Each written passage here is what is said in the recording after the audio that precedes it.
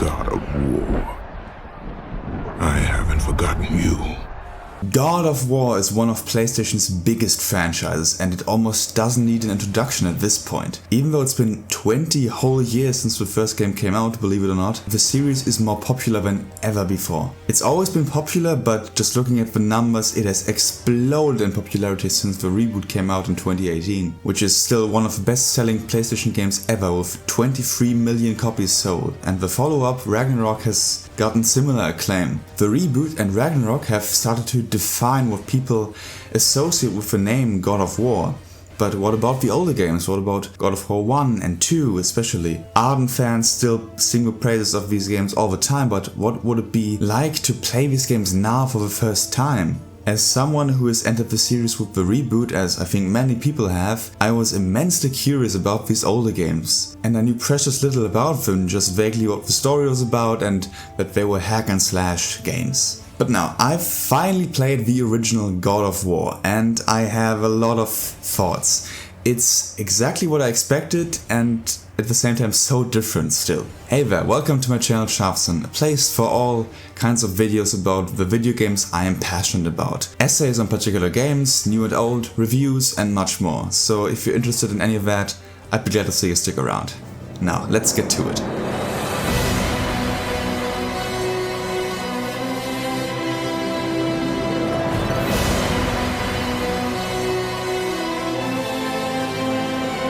The story of God of War is unashamedly brimming with early 2000s energy, which actually works in its favor, for the most part at least. The setup for the narrative is quite simple. You play as the Spartan warrior Kratos, who seeks revenge on the Greek god of war Ares. Kratos is in the service of the gods after pledging an oath long ago, and now he is in pursuit of Ares as he is attacking the city of Athens. For a good while we don't know why Kratos is so bent on revenge, neither do we know why the characters around him see him as a monster, or why his skin is so ghostly white. These things are slowly unraveled throughout the game with flashbacks which regularly interject into the main story. These flashbacks are presented in a nightmarish, almost painting-like art style that feels taken straight out of a comic book. And it doesn't just look cool, it also fits thematically because these are the literal nightmares that are haunting Kratos and that are fueling his revenge to make the vision stop.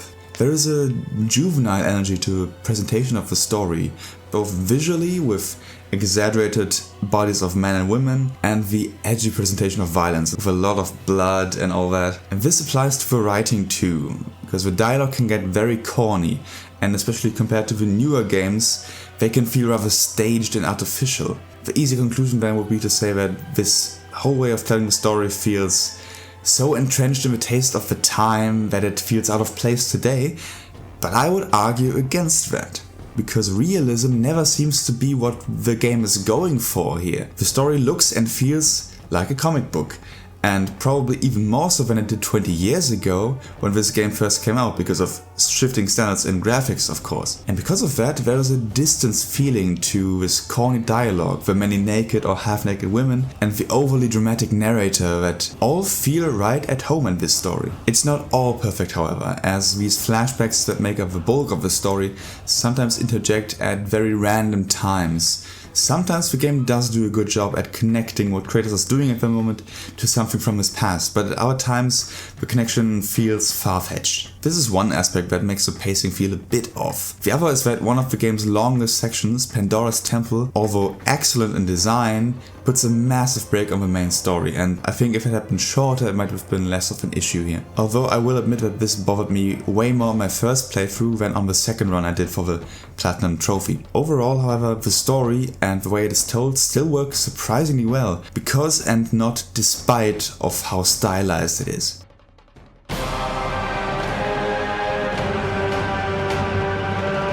The gameplay of God of War can be divided into two parts: the gameplay and exploration puzzle solving. Let's start with the former. The combat in this game is frankly remarkable for a first entry in the series. The controls are tight, the animations are visceral, the enemy variety vast, and the challenge appropriate. Your main weapons are the Blades of Chaos, which are iconic at this point. Short, nasty looking daggers that are attached to Kratos' arms with chains.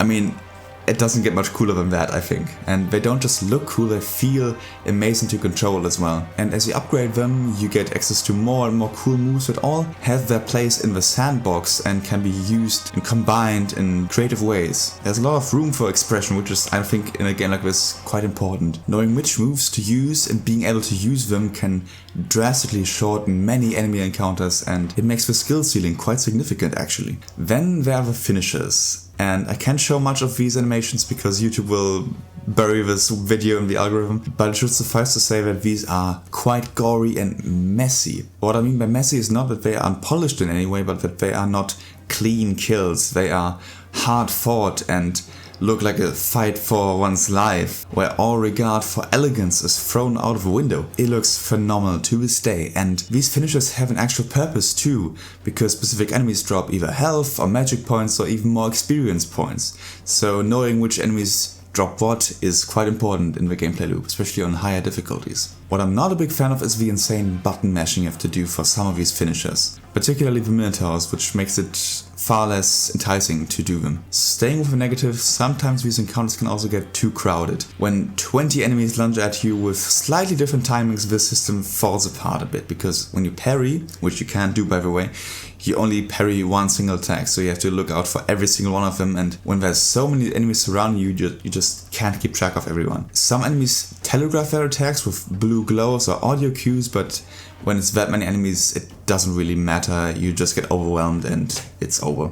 Arguably, this is an incentive to create more distance between you and the enemies, to get some space, but when you're in those situations, it does feel annoying and unfair. Visibility in general can be an issue in this game, both in the amount of enemies on screen but also with the camera, which sometimes unnecessarily hides attacking enemies outside of your field of view. Taken as a whole, however, this combat is straight up fun and immensely satisfying, as the controls and general challenge are just that good, overabundance on enemies and camera issues, visual clutter aside. These camera issues are thankfully much smaller on the other side of the coin: the exploration, platforming and puzzles. These gameplay elements break up the combat encounters in very pleasant ways, and the balance feels right. After every long and grueling enemy encounter, there's usually a longer stretch of time where you can relax a bit by solving a puzzle or going through a platforming section. These puzzles are almost always fun, as they are never too difficult or obscure, while still posing enough of a mental challenge to be satisfying. Some sections are a bit annoying, however, and don't feel playtested enough. For example, this part that I like to call the rolling ball hallway, as well as the spiked columns in Hades. These two parts, I just hate them. They don't feel fair, they just feel annoying, but they don't make up a large chunk of the puzzle, so it's fine. Overall, I did enjoy the platforming sections quite a bit, and honestly, I wish that the game had even more of them, as the game in many ways reminded me of Prince of Persia, The Sands of Time. I did find myself wishing for more platforming sections that you would find in that game in here as well. Exploring the levels of God of War is really fun, as they often have little secrets tucked away, and this balance of combat and exploration feels so finely tuned. A few camera issues and frustrating sections aside, the exploration is an equal win to the combat system.